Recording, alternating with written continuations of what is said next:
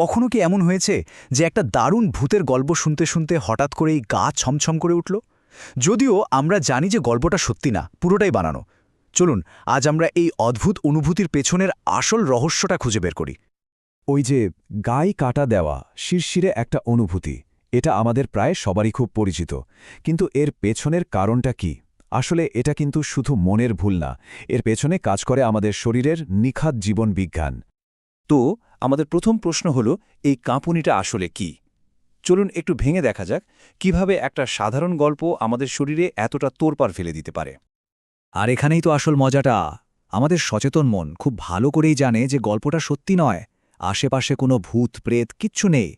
কিন্তু আমাদের শরীর এমনভাবে প্রতিক্রিয়া দেখায় যেন আমরা সত্যি কোনো বড় বিপদের মুখে পড়েছি। এই অদ্ভুত আচরণের কারণটাই আমরা আজ খুঁজে বের করব। এই পুরো ঘটনার শুরু হয় কিন্তু এক জায়গায়, আর সেটা হলো আমাদের মস্তিষ্ক। যখনই একটা ভয়ের গল্প আমাদের কানে পৌঁছায়, ঠিক তখনই মাথার ভেতরে একটা দারুণ চেন রিয়াকশন শুরু হয়ে যায়। আমাদের মস্তিষ্কের গভীরে ছোট্ট একটা বাদামের মতো অংশ আছে, যার নাম অ্যামিগডালা। একে বলা যেতে পারে ব্রেনের নিজস্ব স্মোক ডিটেক্টর। এর একটাই কাজ, চারপাশের সম্ভাব্য বিপদ খুঁজে বের করা আর সাথে সাথে অ্যালার্ম বাজিয়ে দেওয়া। কিন্তু এই অ্যামিগডালার একটা মজার দুর্বলতা আছে, আর তা হলো এটা একটা দারুণভাবে বলা গল্প আর সত্যিকারের বিপদের মধ্যে পার্থক্যটা ঠিক ধরতে পারে না। আমাদের মস্তিষ্কের এই আদিম অংশটার কাছে একটা জমাটি ভূতের গল্প শোনাটা প্রায় একটা সত্যিকারের বাঘের সামনে পড়ার মতোই। পুরো প্রক্রিয়াটা ঘটে যায় চোখের পলকে, মাত্র ৩টা ধাপে।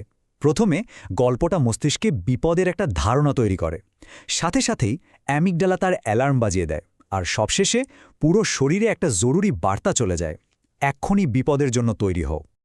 বেশ, মস্তিষ্ক তো তার সিগন্যাল পাঠিয়ে দিল, কিন্তু সেই সিগন্যালটা কিভাবে আমাদের শরীরে কাঁপুনি বা ওই শিরশিরে অনুভূতিতে পরিণত হয়, যা আমরা সরাসরি অনুভব করি? বিজ্ঞানীরা এই অবস্থাকে বলেন ফাইট অর ফ্লাইট রেসপন্স। মানে শরীর নিজেকে হয় লড়াই করার জন্য, নয়তো পালিয়ে যাওয়ার জন্য প্রস্তুত করে। এটা পুরোপুরি একটা স্বয়ংক্রিয় প্রক্রিয়া, যা আমাদের টিকে থাকার প্রবৃত্তির সঙ্গে একেবারে জড়িয়ে আছে। অ্যামিগডালা সিগন্যাল পাওয়ার সাথে সাথেই শরীরে যেন অ্যাড্রেনালিন হরমোনের একটা ঢেউ আসে, আর তার ফলে হার্টবিট বেড়ে যায়, পেশিগুলো টান টান হয়ে যায়, গায়ে কাঁটা দেয়, আর সেই পরিচিত কাঁপুনিটা শুরু হয়। মানে শরীর এমন একটা যুদ্ধের জন্য তৈরি হতে থাকে, যেটা আসলে ঘটছে শুধু আমাদের কল্পনাতে। আর এই যে গায়ে কাটা দেয়, এর পেছনের কারণটাও কিন্তু দারুণ। আমাদের ত্বকের নিচে থাকা অ্যারেক্টের পিলি নামের আজও ক্ষুদ্র পেশিগুলো তখন সংকুচিত হয়ে প্রত্যেকটা লোমকে খাড়া করে দেয়। আর কাঁপুনি, ওটারও কিন্তু দুটো বড় কাজ আছে। এক, শরীরে তাপ তৈরি করা, আর দুই, শরীরকে দৌড়ানো বা লড়াই করার জন্য একদম প্রস্তুত রাখা।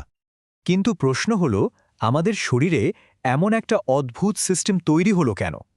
এর উত্তরটা আজকের দিনে নয়, বরং লুকিয়ে আছে আমাদের পূর্বপুরুষদের সুদূর অতীতে। একবার ভাবুন তো, আমাদের পূর্বপুরুষদের জন্য বিপদ ছিল একেবারে সত্যিকারের, যেমন ধরুন ঝোপের আড়ালে লুকিয়ে থাকা কোনো শিকারী প্রাণী বা হাড় কাঁপানো ঠান্ডা। আর এখনকার বিপদ কি? একটা গল্প। কিন্তু সবচেয়ে অবাক করা বিষয় হলো, দুটো ক্ষেত্রেই আমাদের শরীর ঠিক একই রকম প্রতিক্রিয়া দেখাচ্ছে। আমাদের আধুনিক মস্তিষ্ক এখনও সেই প্রাচীন সার্ভাইভাল সফটওয়্যারটাই ব্যবহার করে চলেছে। এর পেছনেও কিন্তু দারুণ একটা বিবর্তনের যুক্তি আছে। আদিম মানুষদের যখন লোম খাড়া হয়ে যেত, তখন তাদের আকার কিছুটা বড় দেখাত, যা হয়তো হিংস্র প্রাণীকে ভয় দেখাতে সাহায্য করত। আর কাঁপুনি শরীরকে প্রতিকূল পরিবেশে গরম রাখত। সেই প্রাচীন বৈশিষ্ট্যগুলোই আজও আমাদের মধ্যে রয়ে গেছে। কিন্তু এখানে একটা বিরাট প্রশ্ন চলে আসে, যদি এটা একটা বিপদ সংকেত হয়, তাহলে আমরা কেন পয়সা খরচ করে ভয়ের সিনেমা দেখি বা ভূতের গল্প শুনতে এত ভালোবাসি? কেন এই ভয়টা পেতে আমাদের এত ভালো লাগে?